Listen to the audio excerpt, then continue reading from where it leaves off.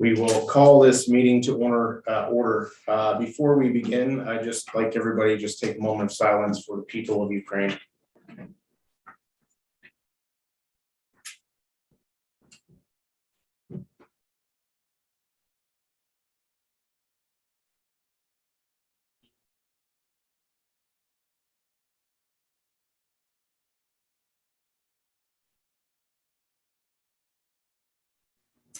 All right, thank you. Can I get a motion, please, that the agenda for the March 1st, 2022 regular meeting of council be adopted with the addition of I-1, the raising of the flag at the Civic Center. Councilor Trudeau make that motion. All those in favor? Motion carried. Can I get a motion, please? The minutes of the February 15th, 2022 regular meeting of council be adopted as presented. Councilor Moore will make that motion. Any questions, comments, or concerns? Seeing none, all those in favor? Motion carried.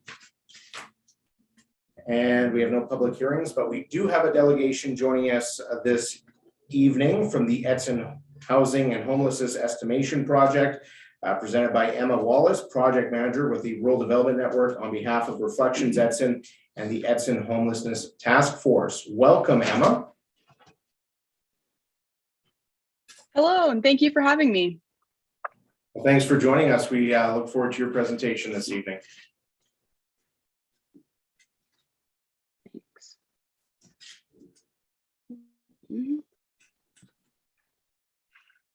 Okay, sorry, I'm just going to try and share the screen here.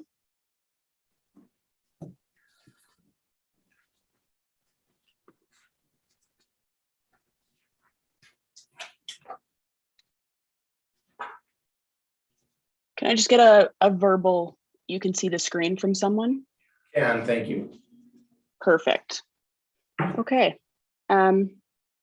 So thank you again for having me. My name is Emma Wallace, and I'm here on behalf of the Edson Homelessness Task Force and Reflections Edson to present to council and the community, let people know that there's a project happening around housing insecurity and homelessness in Edson.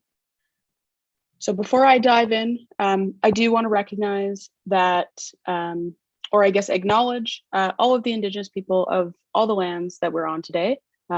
Rural Development Network, RDN, our physical office is on Treaty 6 lands and home to Métis Nation Region 4. I personally am also located in Edmonton on Treaty 6 lands. And so we just like to acknowledge all of the Treaty people in an attempt to reaffirm our commitment and responsibility to improving our own understanding of local Indigenous peoples and to their cultures. And then I just want to introduce you to the project team. So like I said, my name is Emma Wallace, and I am the project manager of community development and homelessness estimations.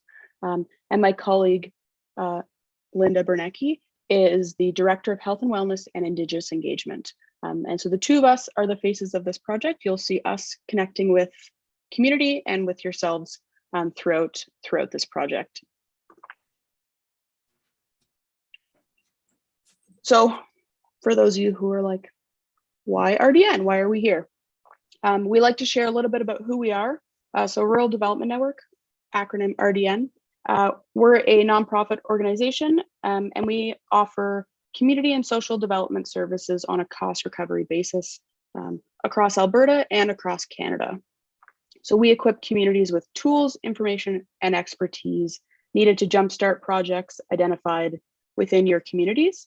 And we help identify and access funding. We guide through kind of projects like this. And our work is really around supporting communities to advocate for improved decision-making around whatever issue it is that they need support with. And so in some cases, this looks like health and wellness. In others, it looks like transportation or agri-food culture. And in this case, it looks like housing and homelessness. So the purpose of this estimations project is to better understand what homelessness looks like in Edson. So rural homelessness looks a lot different than it does in urban areas. In larger cities, like where I am in Edmonton, Homelessness is very visible. You'll often see folks sleeping in our downtown area. You'll see folks waiting outside of shelters, getting that kind of support. In comparison, rural homelessness tends to be more hidden and can often look like sleeping in a car, in a unstable household, sleeping on a friend's couch with family members or at a shelter.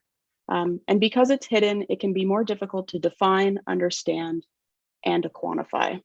And this in turn makes it more difficult for community organizations and municipalities like yourselves to advocate for access to provincial and federal funding, to better programming, and so forth. Excuse me. And so as a result, at RDN, we've created a step-by-step guide to rural estimations. And what this guide is it walks communities through how to understand what homelessness looks like in their area. And there's 9 steps to this guide. And our role in this project is to support community as we walk through these 9 steps. And so we provide the support, we provide the resources, and all of the guidance to get through these steps. And so it looks like establishing a homelessness task force. That's something that Edson already has.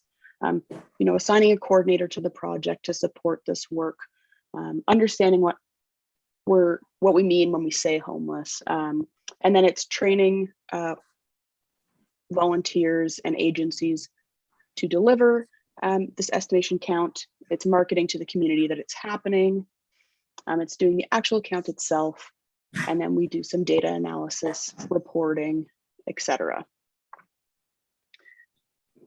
So I want to walk everyone through a little bit more about the process, just so everyone has a sense of what's happening. So we use what's called a service-based population estimation approach to estimating homelessness in rural communities. And what that means is that data is collected by service agencies over a defined period of time. And in this case, that's 30 days. And so RDN provides service agencies and volunteers with the necessary training to collect data. This might look like survey delivery training. It might look like ethics or cultural training, whatever's needed or whatever's identified as being needed. And the project coordinator will help to identify participating service agencies, and they might look like food banks, could be libraries, income support services, municipal buildings, outreach programs, community centers. A service agency that's partaking in this could look like anything. And essentially what we do is RDN helps the community develop a survey based on your needs to get at what homelessness and housing instability looks like in the community. And so once we've developed that survey, we offer a few different options for delivery. In this case, we're going to offer a paper-based delivery. So someone can pick up a piece of paper, fill out the survey, and then hand it back, or an online version. And so people can go to a computer station at an agency or go online at their own homes and fill out the survey. And so once the estimation begins, so the first day of 30 days, participating service agencies will encourage anyone who's coming through their doors to fill out that survey. And they'll do that for the entire 30 days. We recognize that some people are coming into services more than once a day. And so we ask, the very first question on the survey, after we ask for consent, is to create a unique identifier. And that's a combination of letters in your first, last name, and then numbers in your birth date. And what that does is helps us know if someone's filled out the survey more than once.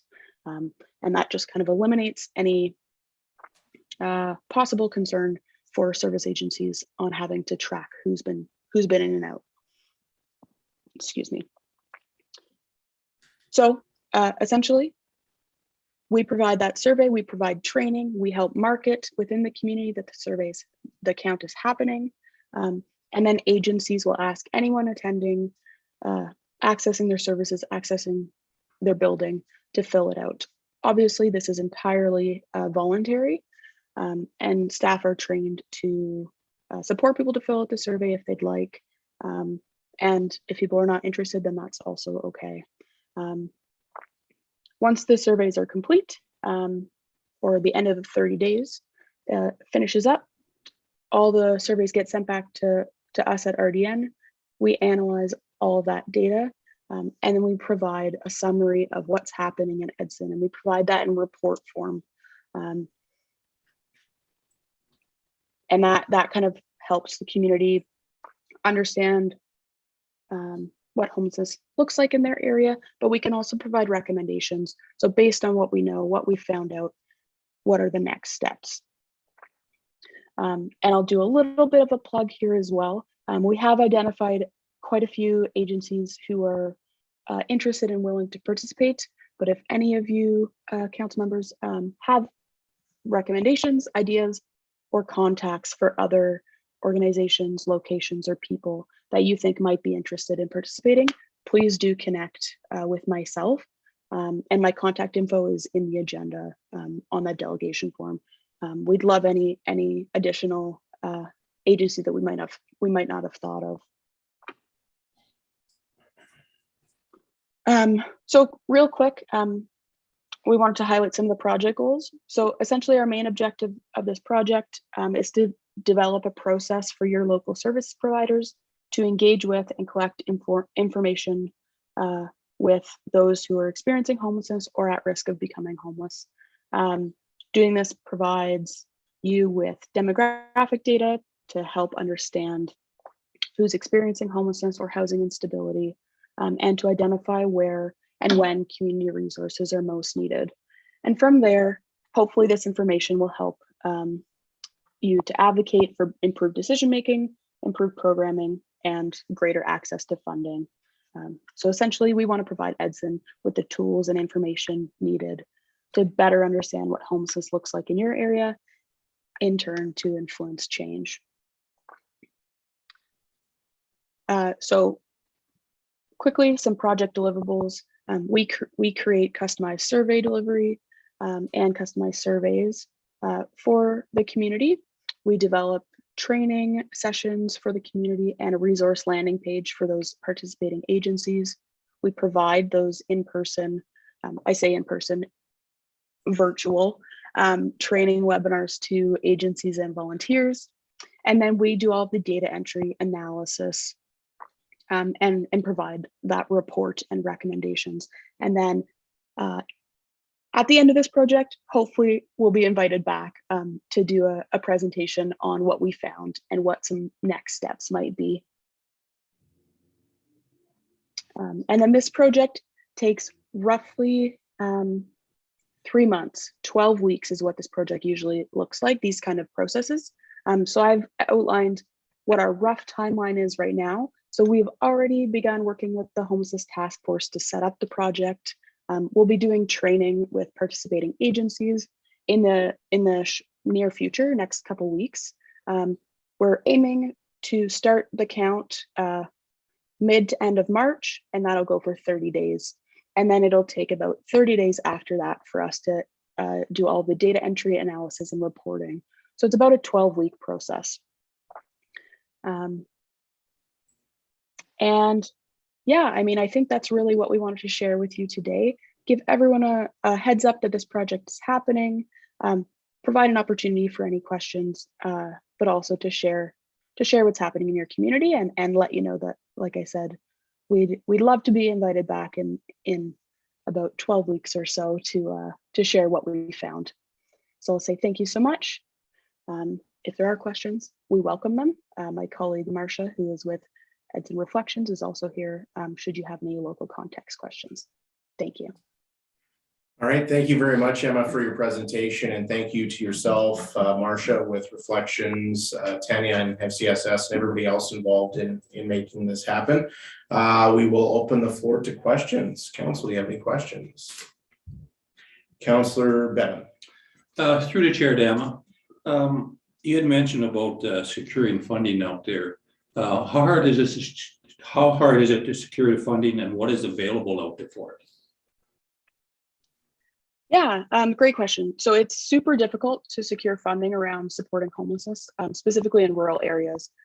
RDN is one of the only, we receive funding from the federal government to then distribute among rural communities.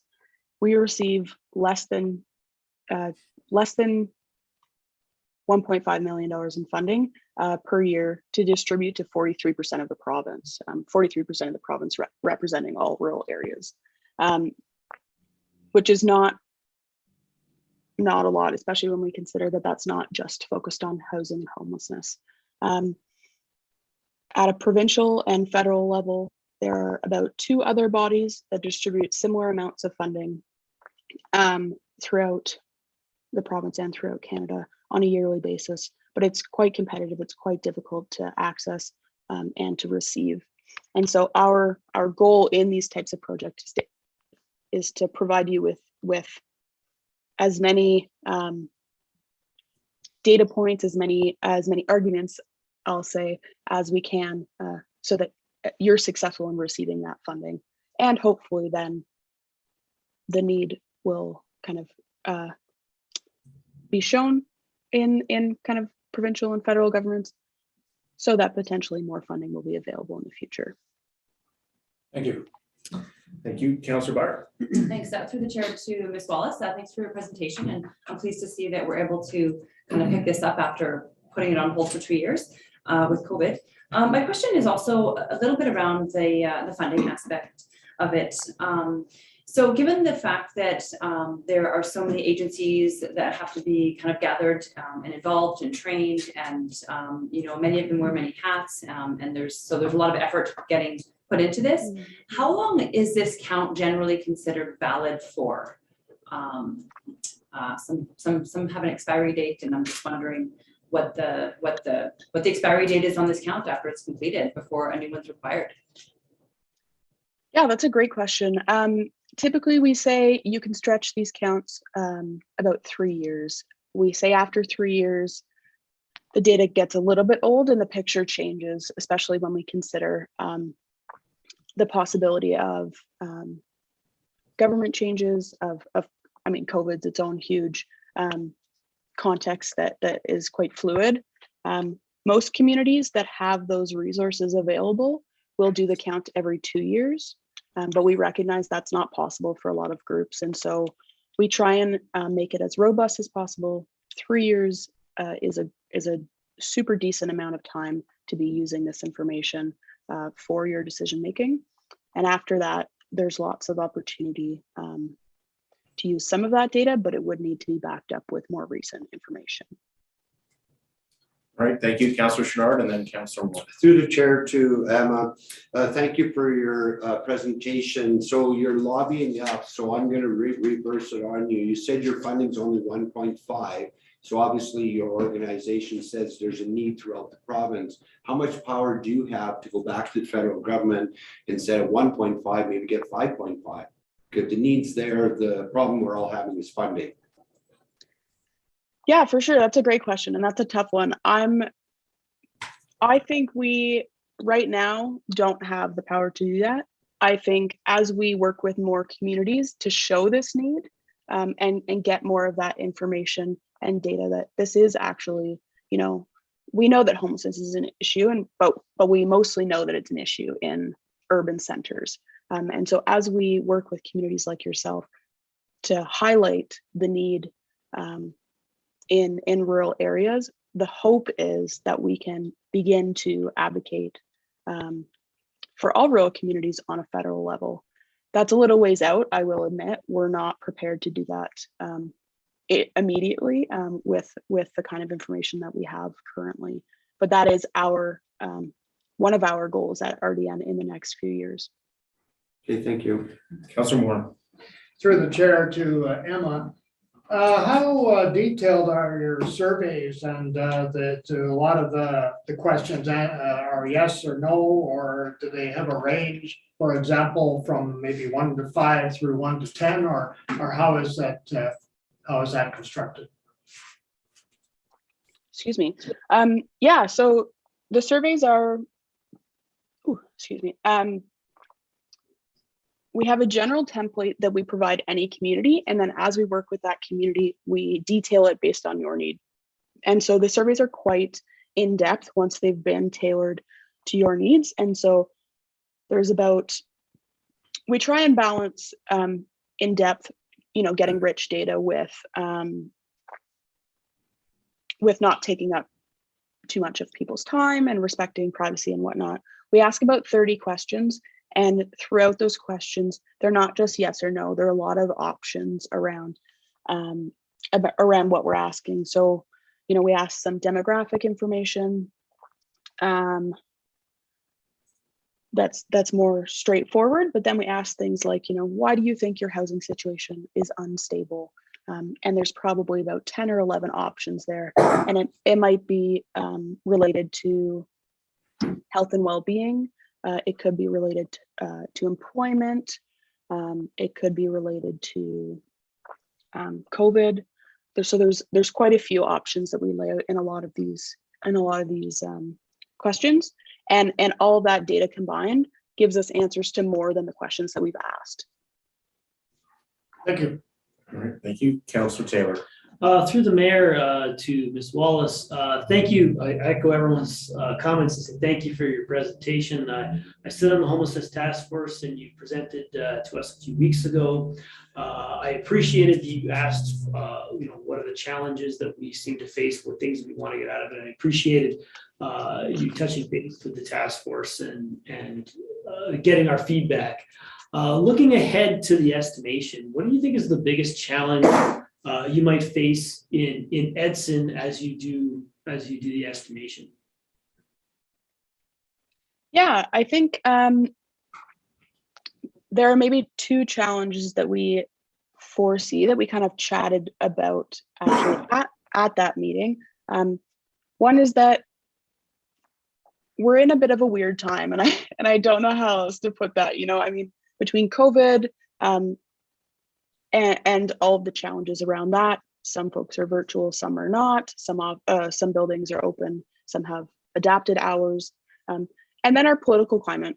Quite frankly, we're in times of tension, and so there's lots of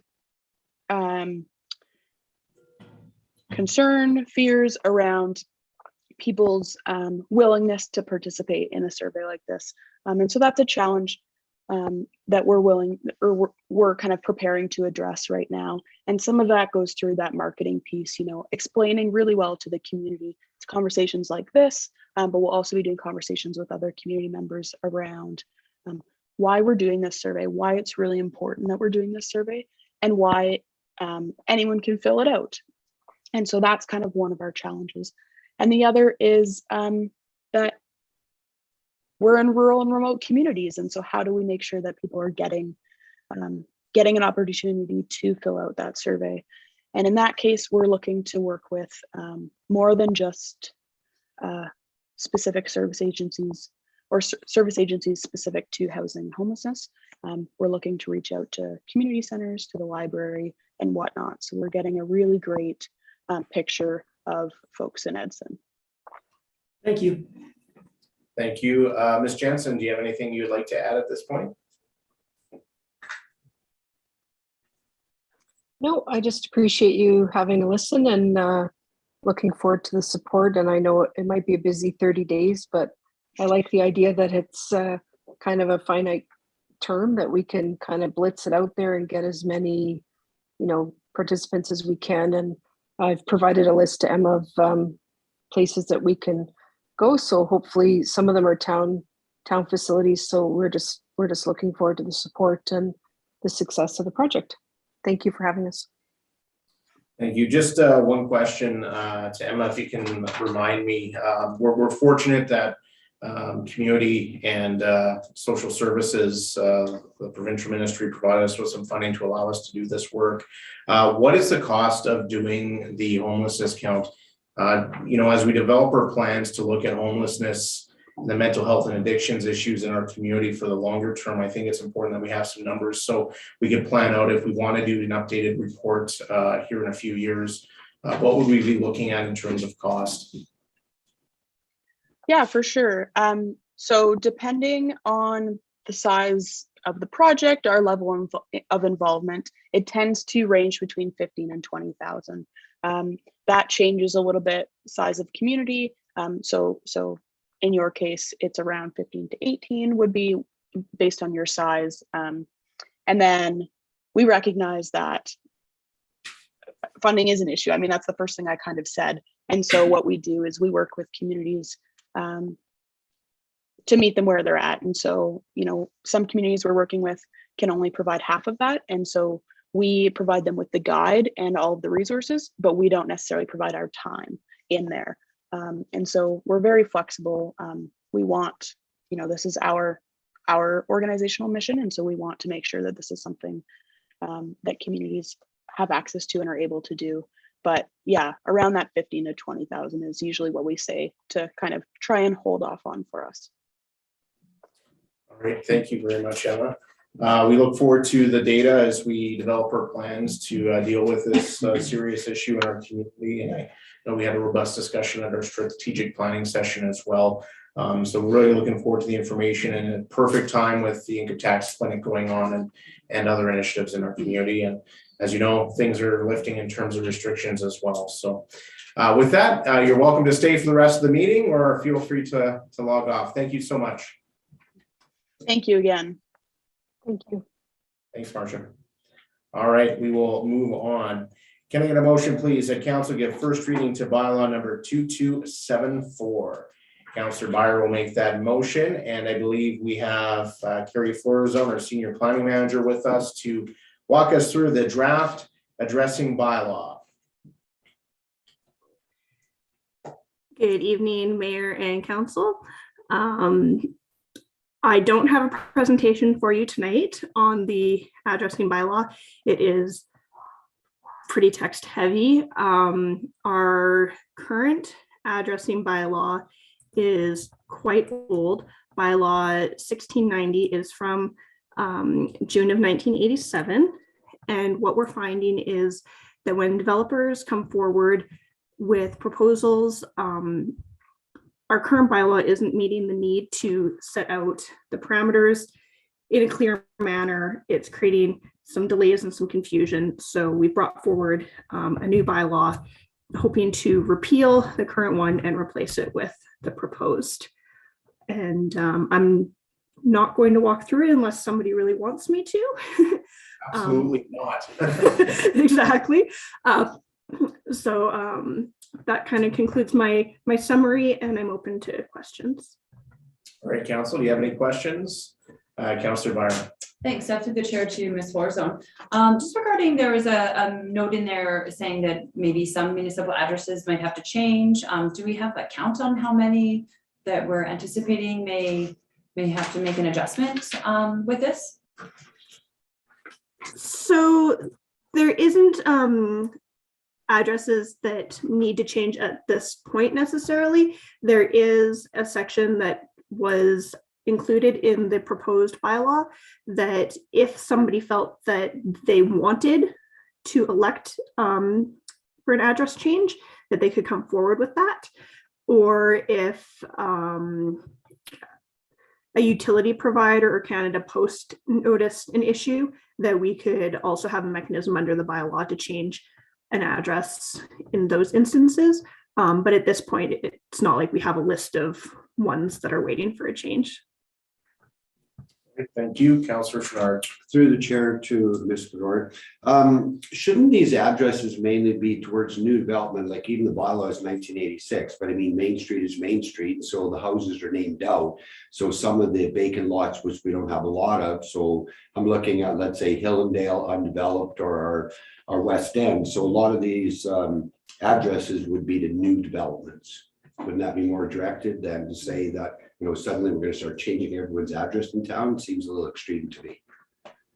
Yes, through the chair, that is the intent, is that any new addressing that comes forward would be addressed in accordance with the new bylaw. Okay, thank you. Councillor Moore. Through the chair to Carrie. Going back to 1987 and coming into the now, is there anything that was missing from the 87 which will be included now? Through the chair. So there were significant gaps that our planning and development team were finding with new developments coming forward. The most major one is addressing of multi-tenant developments. So both residential, commercial, and institutional.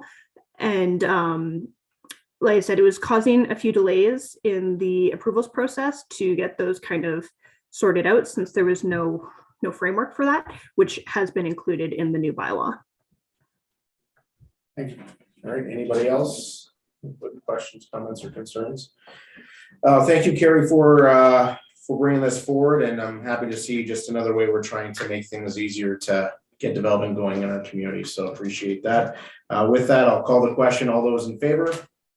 Motion carried. Can I get second reading, please? Councillor Taylor will make that motion. Any questions, comments, or concerns? Seeing none, all those in favor? Motion carried. Can I get a motion for placement of third? Councillor Chenard, all those in favor? Motion carried. And can I get a motion for third reading of bylaw number 2274? Councillor Bevan. Any questions, comments, or concerns? Seeing none, all those in favor? Motion carried. Thank you very much. Can I get a motion, please, that council approve the video surveillance for town facilities policy P-S-4 as presented? Councillor Bevan will make that motion, and Ms. Bittner, General Manager of Corporate Services, take it away. Thank you. Good evening, Mr. Mayor and Council. Presented today is the video surveillance for town facilities policy PS4. This is a policy that we're doing just to sort of bring a process together. There have been some video surveillance within some of our facilities. We're looking at putting in other facilities, and it says there was no policy that actually had it all together so that we can have it unified and consistent with the protocols and the procedures for all town venues to follow the same and the same policy, so that it's all consistent throughout all of our facilities. All right, thank you, Ms. Bittner. Any questions, comments, or concerns? Councillor Position. Yes, through the mayor to Ms. Bittner. I'm going to assume, but I thought I'd ask the question that this aligns with our collective agreement. So like I did notice there's parts on here about cannot use to verify staff attendance or staff performance and so forth. Is that something that's identified in our collective agreement? That Through the chair to Councillor Sitchney, I don't believe we've looked at that, but we can look into that for you. We are also doing collective bargaining this year. If there are things that need to be adjusted, we can do that within the policy. Oh, sorry, within the collective bargaining. Thank you. Any other questions, comments, or concerns? Seeing none, I'll call the question. All those in favor? Motion carried. Can I get a motion, please, that council amend the funding for the alternative water source exploration capital project in the 2021 capital budget from the federal gas tax fund to the infrastructure reserve in the amount of $300,000? Councillor Taylor will make that motion, and Mike Passy, Corporate Services Manager, is with us. Take it away. Thank you. So we've just been looking at our year-end processes and some of these capital projects we've had for last year. A couple of the projects need to have their funding models adjusted as we move into the year-end process. So for the alternative water source exploration project, this is due to the project not producing a tangible asset once completed. And that is one of the stipulations of the federal gas tax fund, or as it's now known, the Canada Community Building Fund. And instead, that we would propose using the infrastructure reserve to fund this project. And then the 2022 capital budget would be adjusted to show that as well. We'll bring that back in a few months here. All right. Any questions, comments, or concerns? Call the question. All those in favor? Motion carried. Can I get a motion, please, that council amend the funding for the multi-use facility capital project in the 2021 capital budget from the multiplex reserve to the municipal sustainability initiative grant in the amount of $2.5 million? Councillor Bevan will make that motion. Take it away, Mike. Once again, kind of just shifting the funding model for that. This project is moving forward. The larger expenses are coming forward. This just allows us to use grant funding rather than our own reserves to fund those expenses. Thank you. Any questions, comments, or concerns? Well, I think there's a benefit of keeping it in our bank account with interest rates. So we can make a few dimes. And I'll call the question. All those in favor? Motion carried. Can I get a motion, please? The council approve the creation of the carryover reserve within the town's operational reserves. Councillor Pacicci will make that motion. Go ahead, Mike. Thank you. So again, this is just in our year-end auditing process. There are certain projects, operational projects in 2021 that weren't completed, majority due to supply chain delays for delivery and provision of goods and services. So what this does is allows us to set those funds aside in 2020, set them aside in 2021 for 2022 to not have any impact on the taxation going forward in the 2022 budget. Any questions, comments, or concerns? I think this is a good way of ensuring that we're pretty transparent on what's being carried over year to year. So I really like this, and it makes it much more clear as we're going through a budgetary process as well. So I'm in full support. I'll call the question. All those in favor? Motion carried. Thank you. We have no information items. We have sundry item I1. Can I get a motion, please? The council direct administration to raise the flag of Ukraine at the Edson Civic Center in solidarity with the Ukrainian people and the Ukrainian Disposa until such time as is deemed appropriate by the mayor and chief administrative officer. And I believe Councillor Pacicci would like to move that. All right, thank you. Would you like to speak that, Councillor Pacicci, or would you like me to? I'm of Ukrainian descent, so I'd be more than happy to move that. So I think Canada needs to show our support to the nation that's been invaded by dictators. Yes, the situation in Ukraine is untenable, and we have many Edsonites of Ukrainian descent. It's a tragedy of what's occurring in Ukraine, and I can't for the life of me understand why a sovereign nation that's been peaceful would be attacked when they were unprovoked. It's really, really sad. So I'm in full support of this as well, and glad that we're doing something to show the support to Ukraine. As a municipality, we don't have much that we can do other than to show our support. I'll open the floor to council if you have anything that you want to add in terms of this issue in our community and our Councillor Taylor. Through the mayor to council administration, general public, obviously raising the flag, show your support. Lots of ways you can donate to the Red Cross, humanitarian aid, and I would encourage residents to do so. And I believe the federal government's now matching Matching up to $10 million. Yeah. So is Ryan Reynolds up to $1 million. Oh, really? Excellent. All right, well, there's only one good thing that's come out of this, and that's it has united, I think, the world very quickly. So with that, I will call the question. All those in favor? Motion carried unanimously. And can I get a motion, please, the council direct administration to review the flag policy L-D-2. Councillor Taylor, would you like to move that? All right. So I think it's pretty self-explanatory. I don't know, CEO Beveridge, if you want to speak to that at all. Thank you, Mr. Mayor. During the review of determining whether or not we could raise the flag, there were identified areas of the policy that we felt that could be strengthened. So we'd like the opportunity to take this back and review it and bring it back for council's consideration at a later date. Thank you. Any questions, comments, or concerns? Seeing none, all those in favor? Motion carried. I forgot to ask, sorry, when will we expect the flag to be here? Potentially tomorrow? As soon as possible. It's in motion. I will, as soon as we have it in our possession, we will let you know. All right. Thank you. All right. Council committee reports. We are going back to the evening of February the 15th, and we'll start with Councillor Pacicci. We have one thing to report that involves town business was the meeting with the Grand Yellowhead Public School Division earlier today. All right, thank you. Councillor Bevan. Over here, 17th, we had an open house with Galloway Station Museum with Community Futures. We maybe only had about 11 people come out, but no businesses. It was mostly town of Edson people, our staff here and that.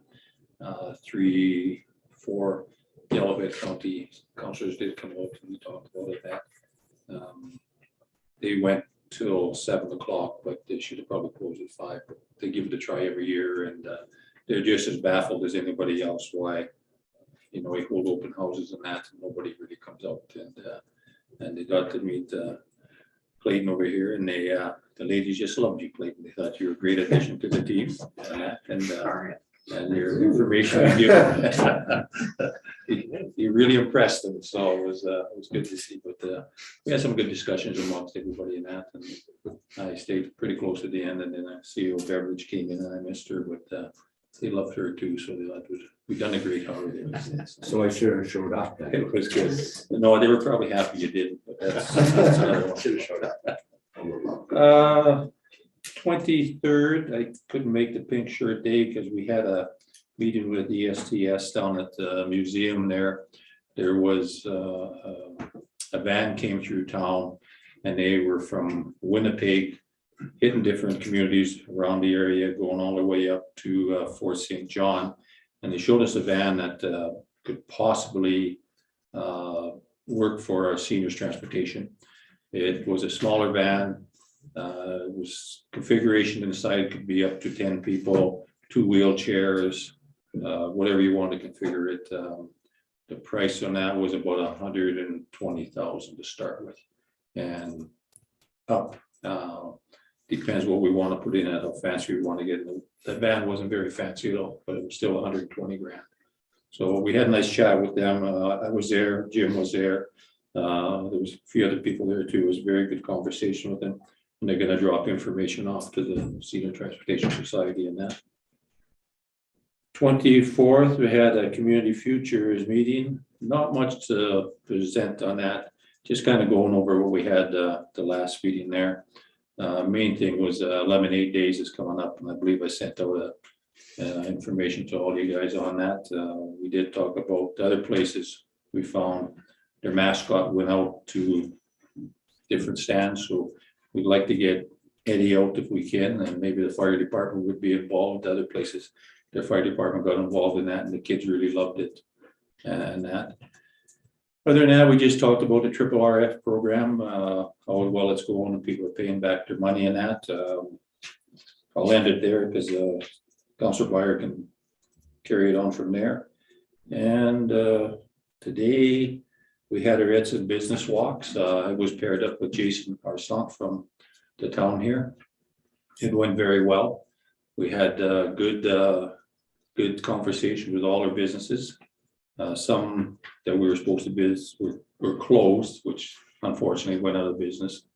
But it went very well. Their comments were all put on the pages, and they had a lot of good comments. The one thing we did hear a lot was our snow removal downtown was not great, especially around the Christmas time, where the 3 busiest days we didn't do anything at all. But they understand that the snowfall, what happened here, and everything else, they were, they just had to report back to us on that and stuff. So, but everybody we talked to was happy we came around again. They remembered us touring it from before, and I remember when you and I went around with a couple other people from Century 21 Chamber, I should say, and they liked that, so it was really great. Some of the business people weren't there, but we dropped off cards, and Heather Cokes will be getting in touch with them, and they're going to go back in September, I believe, and do it again. And they will give us a report on what they found and an update on that. But overall, it went very well. We had good representation from the town here, and they were very happy because they always said that council and administration always does turn up to help out community futures. So they were very happy with that. So, and that is it. All right, thank you, Councilor Moore. Yes, thank you. I attended the Edson District Historical Society meeting on last Thursday, and it was nice. It was a live meeting. We had one member who couldn't come, but was there virtually. We discussed utilities rebate, whether the town will pursue a fixed rate or go with what it already has, and I understand, the town pays for it anyway, so I can't really state too much about it, but I just wondered how that operates myself.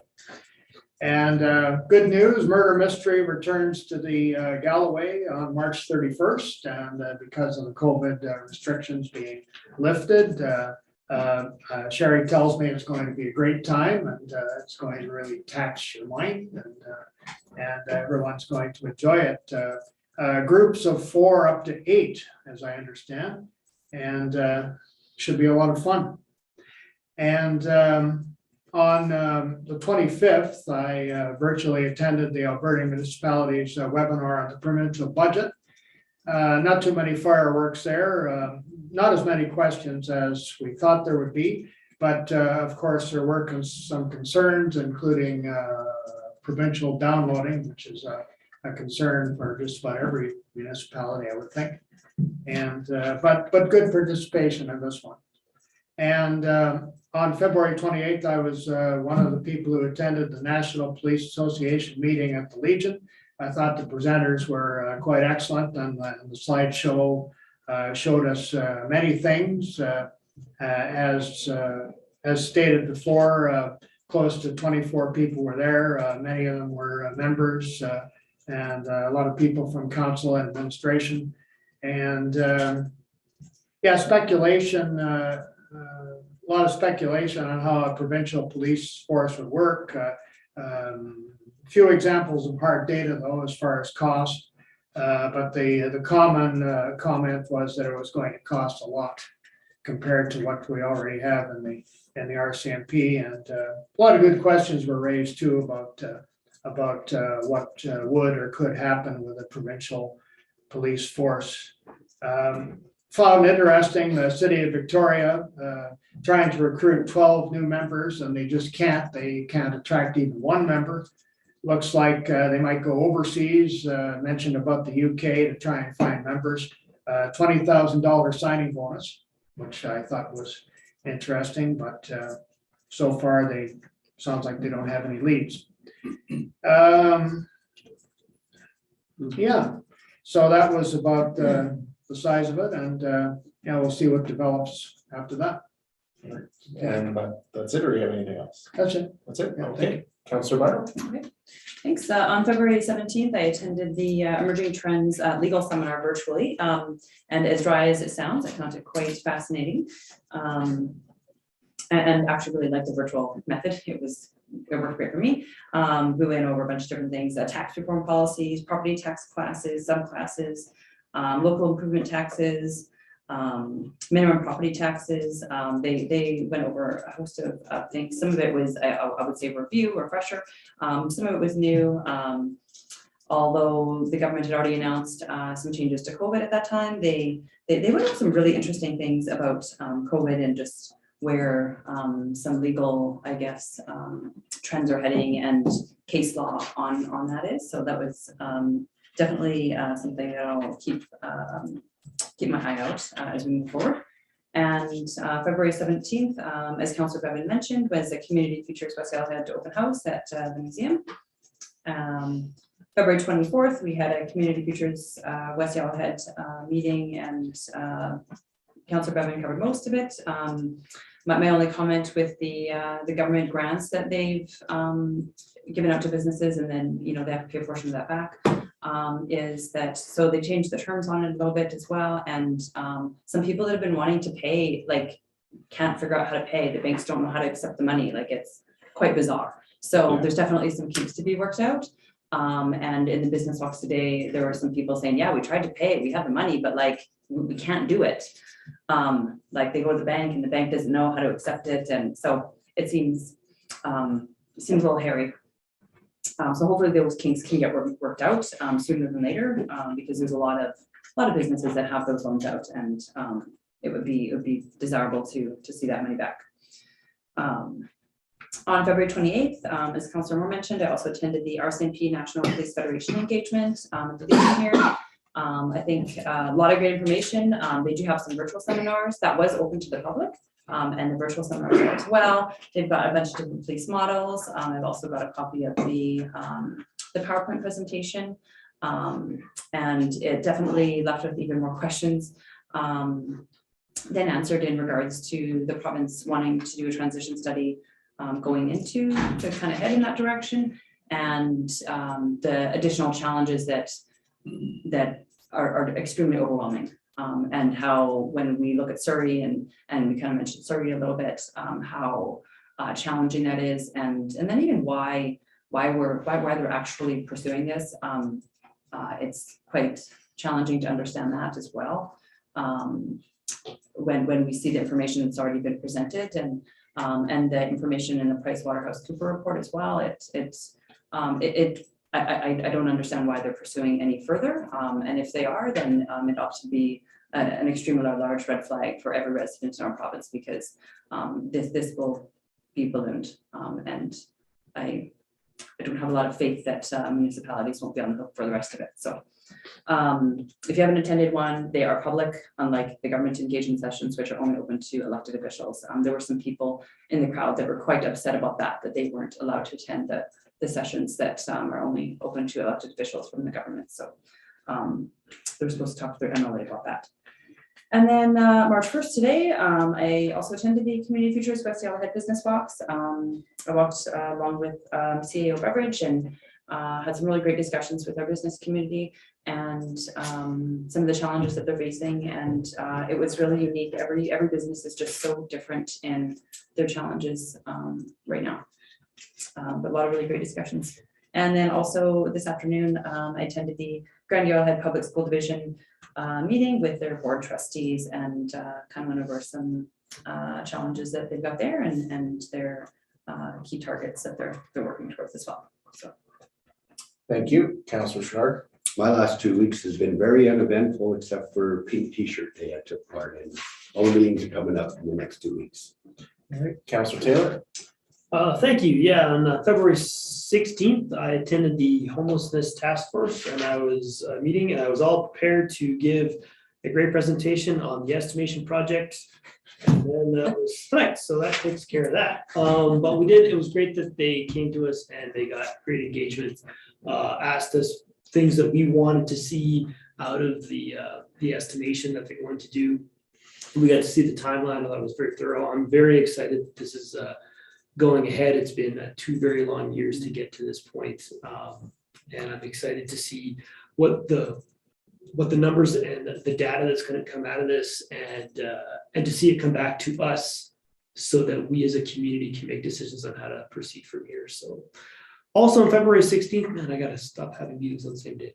Library board meeting where they are finishing up their architectural and schematic designs, and they're getting to a point of showcasing sort of the final cost and getting to the next stage, and that is they do have money in the reserve that they have for some renovations, and then they're going to look for money elsewhere as well, and we're certainly having discussions about how that's going to proceed. So you'll be hearing more on that in the next little while.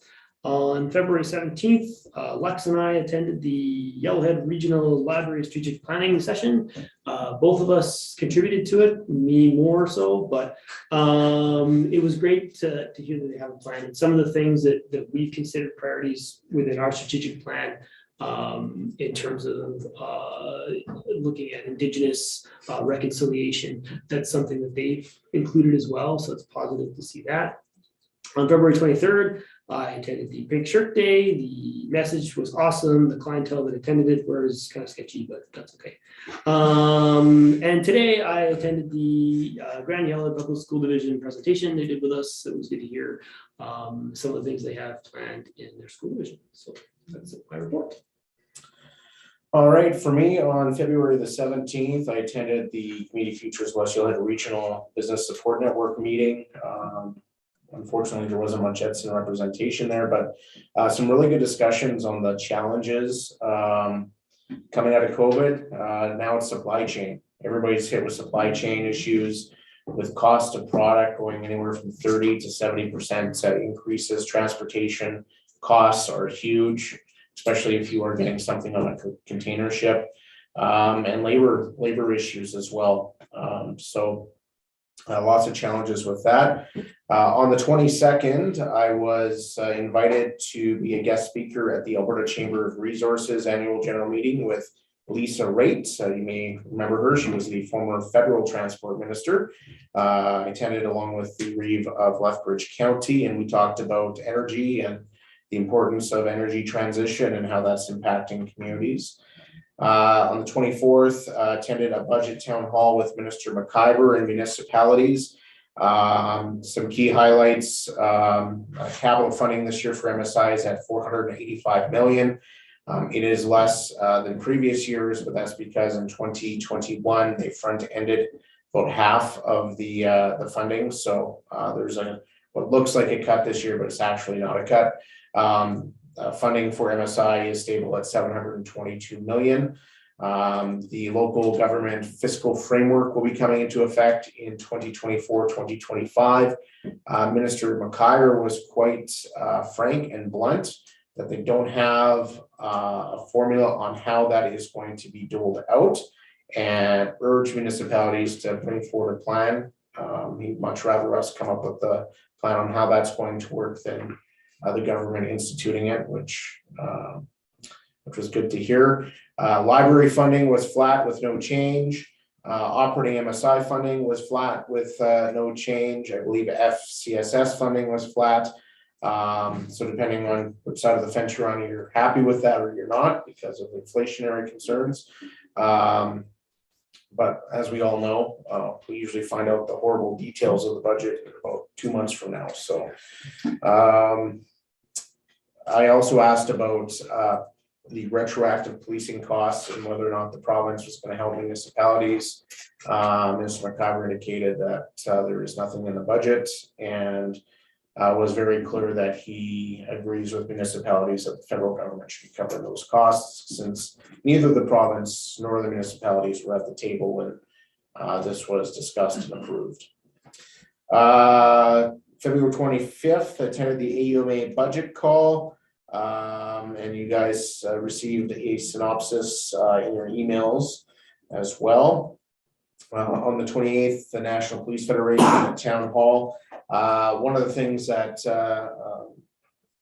Councillor Moore mentioned was Victoria and how they can't find anybody. Compare that, they're looking for, how many officers are they looking for in Victoria? 12?